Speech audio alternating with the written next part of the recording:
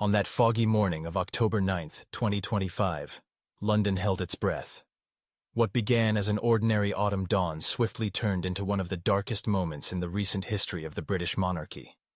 Before the sun's rays fully pierced the sky, a pale aide, emerging from the palace, appeared at a podium near Clarence House. A sheet of paper was clutched in his trembling hand. His voice cracked as he uttered words no one was prepared to hear. His Majesty the King suffered a serious health complication overnight. The situation remains critical. Within moments, the nation seemed to plunge into a stunned silence. The hum of morning city traffic suddenly ceased. Radio stations immediately switched to emergency news bulletins, and the first flickering candles began to appear at the gates of Buckingham Palace. Across the country, people froze in silence. Shopkeepers paused their work. Commuters stared intently at their phone screens, and tears welled in the eyes of those who remembered another long night many years ago, when Britain lost its queen. Amidst the mounting grief, one detail particularly pierced the surrounding gloom. Prince William personally authorized the statement's release. This was an absolutely unprecedented decision in recent royal history. The heir apparent was effectively taking command while the king was still alive. His words, later read on camera, trembled with a sense of duty and responsibility. "We are a family united in prayer and hope. My father remains under the close care of his doctors. I ask the nation to keep him in their hearts." As evening news programs replayed the footage, something poignant was visible in his eyes. It wasn't just grief, but a distinct resolve. The kind of resolve that takes hold only when a son feels the full weight of the crown long before it is placed upon his head. And so, as bells continued their mournful toll across London, one question rose above the ensuing silence. What truly happened at Clarence House before dawn? And why was it William who spoke first? To fully grasp why that grey October morning so deeply shook Britain, one must look beyond the breaking news and consider the months of quiet tension that had been building within the monarchy long before the king's health faltered. Behind the gilded gates, clear signs of exhaustion had been observed for weeks. Courtiers whispered that the king had been working too hard during his latest course of treatment. Ignoring gentle warnings from his doctors, he stubbornly insisted on keeping his schedule packed with state audiences, environmental briefings, and numerous charitable events. Even when those close to him noticed his once firm voice softening with fatigue, it wasn't entirely unexpected. Earlier that year, in March 2025, the palace had officially confirmed that Charles was experiencing mild side effects from a planned medical procedure. While officially described as temporary, insiders told the Telegraph that his recovery had taken significantly longer than anticipated. Nonetheless, the king, always determined to prove his vigor and vitality, returned to work much sooner than his doctors recommended. One aide later confessed that the monarch did not want anyone to think the crown was too heavy a burden for him. Within the family, however, this resolve gradually morphed into deep concern. Princess Anne, ever the pragmatist, reportedly urged her brother to delegate more powers and responsibilities. William, meanwhile, began attending private briefings traditionally reserved exclusively for the reigning monarch, an early sign that contingency planning was actively underway. And while the wider public saw the king smiling at garden parties and ribbon-cutting ceremonies, those inside Clarence House described a man who was growing thinner, quieter, and more withdrawn. Then came the subtle shifts, tiny, almost imperceptible details that signaled something significant was changing. A cancelled appearance here, a rescheduled audience there. Camilla's schedule was suddenly cleared of engagements without explanation. Aides sidestepped questions about her absence, responding curtly that Her Majesty required rest. But seasoned palace correspondents noted a pattern. Wherever the king was, Camilla seemed increasingly absent. Silence, often, spoke louder than words. Among astute journalists, persistent rumors began to circulate about a return of unspoken tension within the royal court. Some pointed to long-standing underlying friction between Camilla and William, primarily concerning communication protocols. Others spoke of an unconfirmed memo that, they claimed, suggested handing William greater control over all the king's correspondence. None of these speculations, of course, received official confirmation, yet these subtle cracks were becoming increasingly evident, even to those who preferred to ignore them. And yet, amidst this growing silence and multiplying speculation, an unwavering loyalty persisted, particularly from the general public. Many Britons viewed the king's perseverance, his resilience, as highly commendable, even noble. His lifelong dedication to environmental initiatives, his calm and steady leadership during turbulent years, all created an image of a monarch deeply rooted in service to his people. Perhaps this is why, when the alarming news broke on October 9th, the collective grief felt so personal, deeply penetrating their souls. This was not merely another health crisis. It was the shattering of an illusion, the realization that even the most steadfast and unshakable crown could suddenly falter. To this day, many remember watching the BBC anchor, whose eyes seemed glassy as he struggled to maintain professional composure while delivering the shocking news. On television screens, images flickered of candlelight vigils spanning the nation, from Cardiff to Edinburgh. As reporters actively speculated about the royal family's exact whereabouts, one commentator quietly uttered, "Perhaps we are witnessing a transition unfolding in slow motion." That phrase has resonated deeply with many ever since. For behind all the official statements and carefully chosen assurances, this transition had already begun. It wasn't formally announced, nor did it have overt signs. It was happening quietly, organically, manifesting in the actions of a son who was gradually stepping into a space his father could no longer fully occupy. However, while the world saw William's calm and confident face on television, few could truly comprehend how deeply tension permeated the palace walls, or how this single day would expose the fragile alliances that had, until then, held the family together. In the days leading up to the king's critical health crisis, the atmosphere at Clarence House had grown unusually heavy, like a room filled with unspoken words hanging in the air. Staff later recalled noticing subtle, barely perceptible changes, the true meaning of which only became clear in retrospect. The king's handwriting, once neat and measured, had become noticeably shaky. He moved through the corridors more slowly than usual, often pausing as if trying to regain his balance. And yet, when any of his close aides asked if he was feeling well, he would simply smile, place a hand on their shoulder, and murmur, "Don't fuss. I've been through worse." But the palace, as is well known, has its own unspoken language, coded silences, suddenly revised schedules, and discreet, almost midnight phone calls. On the evening of October 8th, an aide noted that the king's personal physician had been summoned unexpectedly. Soon after, royal security discreetly but perceptibly expanded its presence around Clarence House, and the queen consort's car was spotted leaving the gates without its usual escort. It was this circumstance, more than anything else, that troubled those who observed closely. Precisely at 11:47 p.m., the emergency communication line between royal residences suddenly sprang to life. Doctors were urgently summoned. Senior aides were instructed to be on standby. One witness later recounted that the light in the king's study burned almost until dawn, an extremely rare sight for a monarch who always prided himself on his strict routine. By all accounts, this was the night Britain very nearly lost its king. When the alarming news of the crisis reached Kensington Palace, William reportedly interrupted a private dinner immediately. He was briefed by phone, and his voice was described as calm, yet clipped. "Keep this strictly confidential," he said, "until we know he is stable." What struck insiders was the speed with which he took command. Protocol dictated that any medical statement should originate solely from the king's office, but William decisively overruled this. He ordered the palace press secretary to prepare an emergency announcement, which was personally drafted by his own communications team. It was a pivotal moment that future historians might look back on as the quiet but undeniable beginning of a new reign. Meanwhile, the queen consort's absence was becoming impossible to ignore. For nearly 3 hours that night, her phone went unanswered.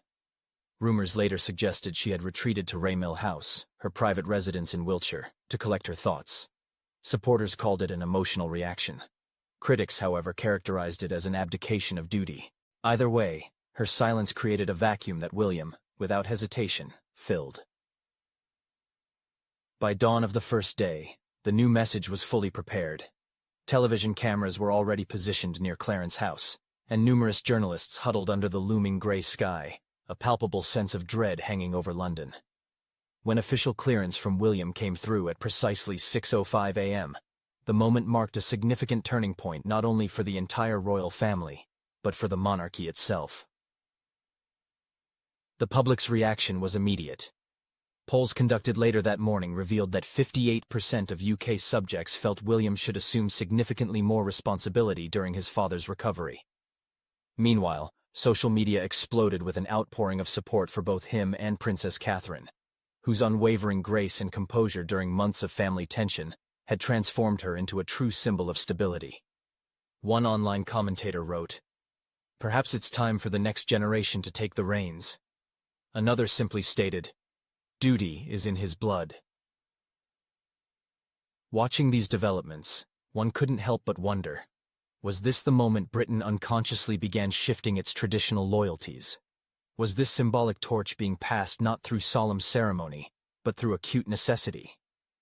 Back inside Clarence House, as reporters broadcast the somber announcement, the atmosphere within the building had grown eerily quiet. Doctors moved in and out of rooms with tense, serious faces.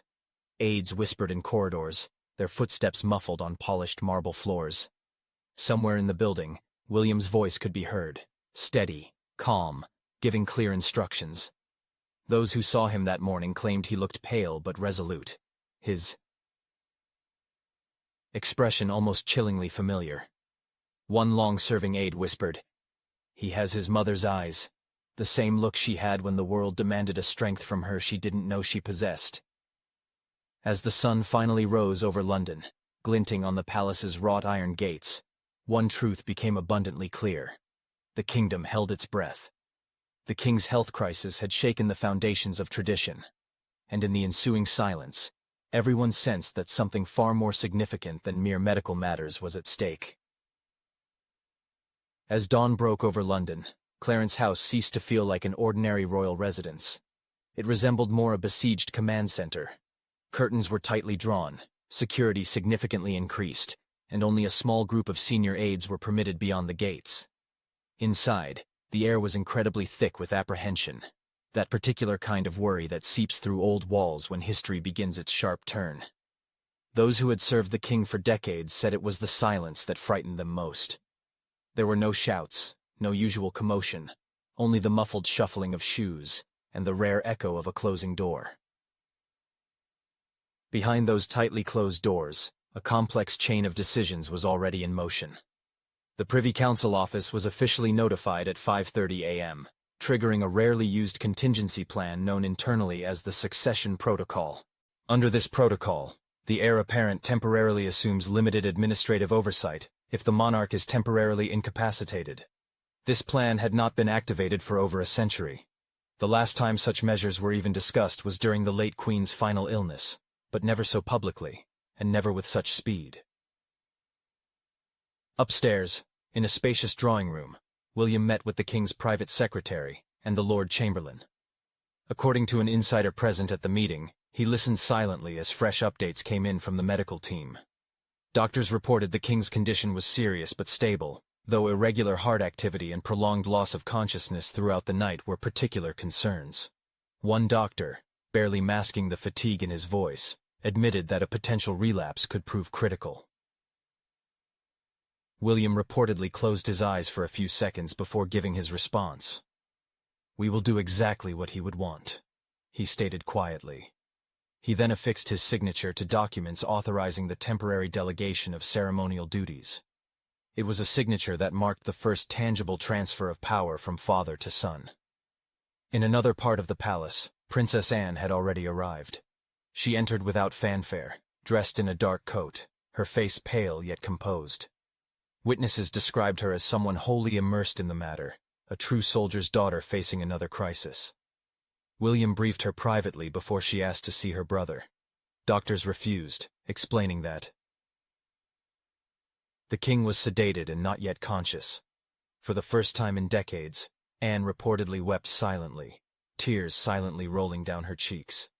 At the same time, the mysterious absence of the queen consort sparked a wave of rampant speculation. By mid-morning, several leading news agencies had picked up and disseminated rumors that she had left London the previous evening. While her close aides insisted Her Majesty had merely retreated to her private apartments within Clarence House, palace insiders whispered that her personal vehicle had been tracked en route to Highgrove, the king's country residence.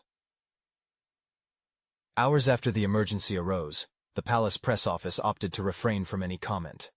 However, an aide, in a private conversation with a Guardian correspondent, stated that Her Majesty was deeply distressed and needed solitude. This solitude, in essence, created a vacuum in the chain of command, at a moment when clarity and decisiveness were critically needed. Aides loyal to Camilla were hesitant, unsure whether to directly inform Prince William, as protocol in such a situation was unknown to them. Messages went unanswered. Important meetings were missed. For several tense hours, the heart of the monarchy operated more on instinct than established structure. Downstairs, in a small conference room, the king's most trusted private advisor, a man who had served him faithfully since his days as Prince of Wales, quietly met with Princess Anne. In his hands was a red leather folder marked Personal Archive Directive. Inside, according to a later report, was a sealed letter written by the king back in 1998, containing his personal reflections and instructions for the monarchy should he ever become incapacitated.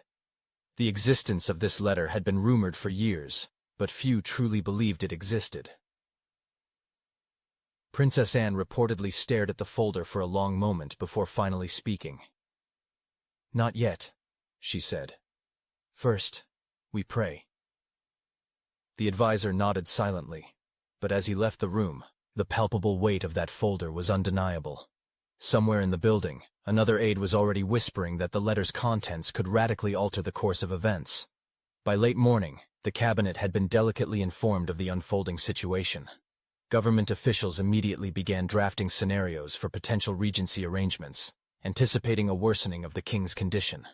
The Prime Minister was notified, though discussions were held in the strictest confidence. Constitutional lawyers were urgently summoned to Downing Street to review the line of succession in light of the monarch's temporary incapacity. One political commentator later described that day as a time when Britain rehearsed the unimaginable. Throughout it all, William maintained absolute composure. He met briefly with Princess Anne, then with senior staff. His instructions were concise: no panic, no speculation, and no leaks. But of course, leaks were inevitable. By noon, the Times reporters confirmed that William was now presiding over briefings previously reserved exclusively for the monarch. Headlines swiftly emerged on social media. Prince takes control. Heir steps forward. The shadow of transition.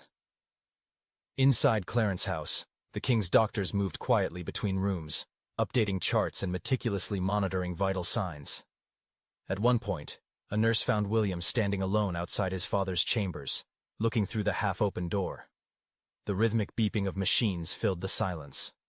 He neither spoke nor wept. He simply watched. His reflection caught in the glass. The prince was already bearing the weight of kingship. Meanwhile, aides reported that the queen consort finally returned by noon, pale and visibly shaken. Her eyes were swollen, her voice quiet. She asked to see the king, and though doctors permitted only a few minutes, those nearby said she squeezed his hand and whispered something they couldn't discern. One witness later told Sky News, "It wasn't the voice of a queen. It was the voice of a wife who was afraid." When night once again descended upon London, Clarence House remained sealed off from the outside world. The light in the king's study burned late, its faint glow visible from the street. Inside, decisions were still being made. Alliances quietly shifted, and loyalties were tested. A monarchy built on ceremony and tradition now survived on whispers and sheer willpower. And somewhere deep within those walls, that red folder still lay untouched, yet loomed like a shadow over everything that was yet to unfold. By the next morning, October 9th, a veritable storm of headlines erupted over London, proving entirely beyond the palace's attempts to control the narrative. What had tentatively begun as cautious whispers and rumors the previous evening now exploded, triggering a national reckoning. The Guardian's front page blared unequivocally. Crown in crisis, while the Times echoed, declaring, Prince William steps forward amid King's health fears. Meanwhile, the BBC, breaking its regular programming, began round-the-clock live broadcasts from Clarence House, where cameras now stood like silent sentinels beneath the low, grey autumn sky. And it was this very silence from the palace that only fueled the raging fire of public concern. By noon, a sizable crowd had gathered beyond the palace's black wrought-iron gates. Young mothers with strollers, reverent pensioners in warm scarves, and tourists from around the world, holding their phones high above their heads to capture the unfolding events. Someone among them attempted to sing the national anthem, God Save the King, but the words faltered, their voices tremulous. In that moment, people felt less a familiar allegiance to the crown than a deep, almost primal fear. Britain had experienced such moments before, that quiet, suffocating dread of waiting for the royal. Curtain to fall. Meanwhile, the global social media landscape was in chaos. The hashtag King Charles Health Scare trended rapidly in over 20 countries worldwide. Canada and Australia ran round-the-clock live broadcasts, with numerous commentators vigorously debating whether the Commonwealth of Nations faced another period of constitutional drift and uncertainty. By early afternoon, an unofficial poll showed that 65% of Britons endorsed Prince William immediately assuming greater royal duties. One American publication stated it even more bluntly. The world watches the slow Windsor transition. Inside the palace, however, events unfolded far from slowly. After hours of agonizing uncertainty, the royal press office was finally instructed to prepare an official televised address to the nation. Notably, this order did not come from the king himself or his doctors. It was issued directly by Prince William. Those close to the situation later recalled that he gave the command without hesitation, his voice calm but firm. If we don't speak, others will. At 4:00 p.m., cameras went live. Prince William appeared against a muted backdrop in Clarence House. In a black tie, his expression was restrained yet profoundly human, betraying inner turmoil. His voice, measured and quiet, resonated across the nation. My father remains under medical care. We are hopeful, and he continues to receive the best possible treatment.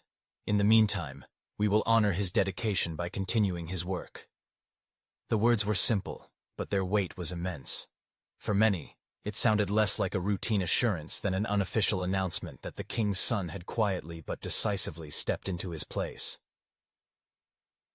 One could recall watching that moment live, feeling the collective pulse of the nation shift. There was pride, certainly, but also a profound unease. The monarchy seemed to exhale too soon, unsure who had truly breathed new life into it. Outside, reporters swarmed the arriving Princess Anne in a navy coat, her face displaying the stoic resolve that had always made her Britain's quiet anchor. She joined William for a private meeting that lasted almost an hour. When they emerged, a brief written statement was distributed to the press. The family is united in strength and hope. No mention of the Queen Consort.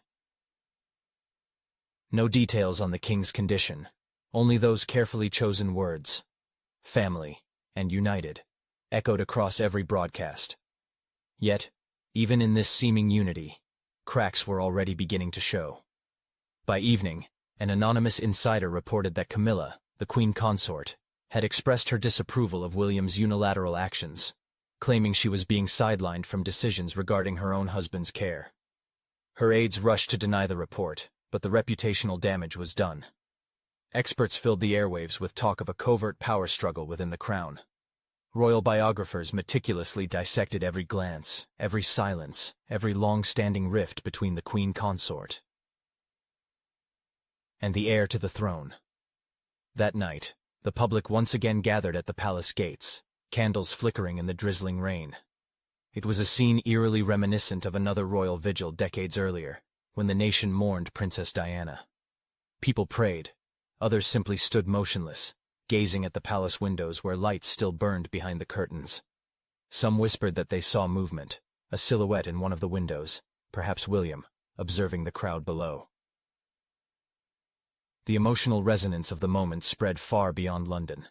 Church bells tolled across Europe in solidarity, their solemn peals echoing in people's hearts. In Washington, the White House issued a statement expressing profound concern, underscoring the global scale of the alarm. Inside Clarence House, however, the fortitude displayed to the outside world was waning, giving way to escalating tension. Aides moved like shadows, their steps silent, their faces etched with deep worry. The king's condition was uncertain, a fog obscuring the future, and the monarchy's prospects seemed hazy and indistinct. And amidst the flickering candles and conjectures that swirled in every corner, one truth became undeniable, piercing through the veil of uncertainty. Whether by chance or inevitability, the line between king and successor had blurred, opening a new chapter in the dynasty's history. When the cameras were finally removed from the streets and reporters dispersed into the mist, a true reckoning began. The palace, once synonymous with unyielding control and strict hierarchy, had evolved into a living organism, pulsating with rumors and varied reactions. Every corridor of Clarence House buzzed with whispers, some fearful, reflecting the dread of the unknown, some opportunistic, foretelling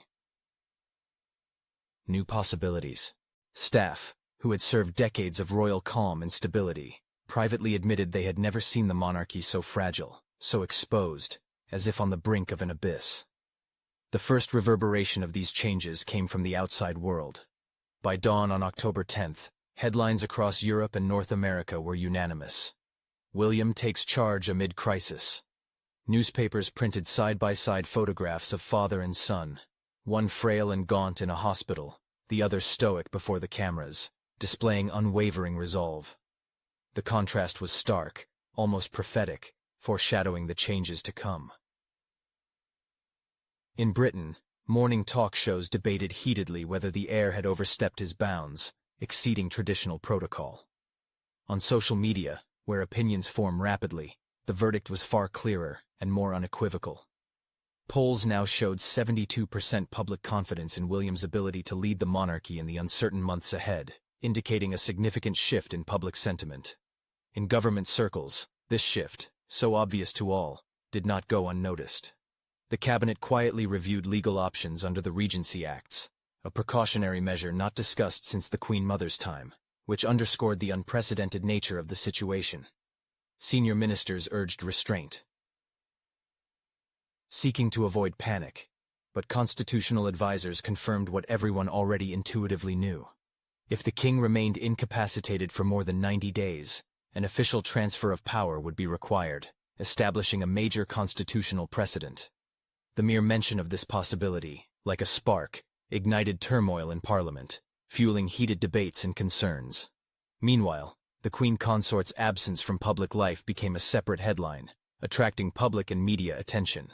Commentators pointed to the now famous photograph of her entering Clarence House through a side door, eyes hidden behind dark glasses, avoiding cameras, which was perceived as a symbol of her detachment. For supporters, it was a display of dignity and grief, a natural reaction to difficult circumstances.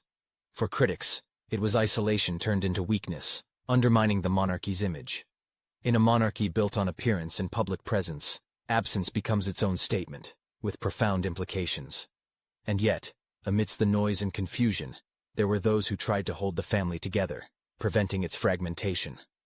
Princess Anne, always reserved and resolute, became a mediator between William's camp and Camilla's, attempting to smooth over sharp edges. She spent hours moving between their private offices, trying to maintain communication and find common ground. Insiders later described her as the last remaining bridge connecting the two sides. Her loyalty was first and foremost to the institution, not to the individuals within it, which gave her particular strength and authority. She reminded everyone that stability, not sentiment, was the monarchy's true legacy, its main value. As the days passed, the global reaction intensified, reaching new territories. Commonwealth nations, Canada, Australia, and New Zealand, issued coordinated messages of support, but also subtle reminders of their independent constitutional paths, signaling their own positions. In other words, they were watching closely, prepared for any scenario. American television channels ran marathon broadcasts, dissecting royal succession law, trying to convey all its nuances to their audience. The situation was compared to the quiet transfer of power from Louis XV to Louis XVI, but without a coronation, emphasizing its uniqueness and informal nature. At home, the public reaction was heartfelt and emotional. Vigils continued nightly at Buckingham Palace, which became a focal point for sympathizers. Crowds held photographs of both Charles and William. Candles reflected on the wet pavement, creating a mystical atmosphere. One handwritten poster read, "For the King's health, for the Crown's future." This perfectly encapsulated the national paradox, mourning a man while simultaneously embracing an inevitable shift in the monarchy. Throughout all this, William remained silent, as if deep in thought. He did not appear in public, nor did he make new statements, preferring to operate behind the scenes. His advisors described him as focused, calm, and unwavering, ready to assume responsibility. Camilla, by contrast, released a brief message, thanking the nation for its compassion. It was polite but detached. Her name trended online not for sympathy, but for speculation, indicating a mixed public perception of her. By the end of that week, even the most loyal courtiers understood what was happening, realizing the irreversibility of the changes. The monarchy was no longer waiting for time to decide. Time had already chosen, charting a new course. Behind the massive gates of Clarence House, shielding secrets and decisions, Prince William was intensely active. He held numerous meetings, meticulously signed necessary authorizations, and responded to endless phone calls. Camilla's role had effectively diminished to a purely ceremonial function, her influence slowly and imperceptibly fading like morning mist. Meanwhile, against the backdrop of this shift in roles, unconfirmed but persistent rumors began to circulate once more about the so-called King's Sealed Letter. It was said that this document clearly and unambiguously outlined his will should he ever become too infirm to continue to reign. This letter had surfaced once before in private conversations, but now, according to whispered accounts from aides, it was even being read to select and trusted officials. If these conversations were true, it could mean only one thing. The wheel of history was already in motion, and a coronation was inevitable as the sun set over London on October 11th, 2025. The lights around Clarence House softly cast their light into the deepening twilight, creating an enigmatic aura. Behind these majestic walls, the monarchy, which for centuries had seemed immutable and unbreakable, now stood at a fateful crossroads. It balanced between its glorious past and an uncertain future, between strict duty and inevitable change. The king's health remained a mystery, shrouded in a veil of uncertainty, but the true upheaval was emotional rather than purely medical. Britain was not just concerned for one man. It was, in essence, silently preparing for the close of an entire era. For centuries, the crown had served as a powerful symbol of resilience and continuity, reminding everyone that institutions can outlast individuals. However, this critical moment exposed something often forgotten. Power becomes exceedingly fragile when compassion wanes. Watching Prince William, filled with calm resolve, step forward while the entire nation offered prayers, everyone was reminded of a profound truth. True leadership at its best is born not of personal ambition, but of a deep sense of responsibility. The author of these lines involuntarily had to ponder this. Neither throne, nor title, nor even centuries of tradition can survive without the empathy that sustains them. The future of the monarchy, like any family, hinges on how its members navigate crisis. Together, not alone. And perhaps, therein lies the quiet yet profound lesson of all that transpired. Behind all the grandeur and glitter of royal power stand ordinary people, imperfect, vulnerable, and painfully human. Their pain, their suffering reflect our own. Their choices echo the decisions we make daily on a much smaller scale. How we bear our duty, how we find the strength to forgive, how we keep faith when the lights around us dim.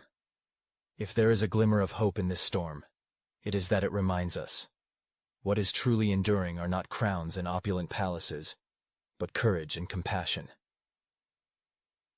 And yet, even as the nation finds solace in this profound thought, one unsettling question remains. What if the king is never able to fully return to the throne? The sealed letter, the whispered plans, the shifting loyalties. These are not just stories. This is history itself, in continuous motion.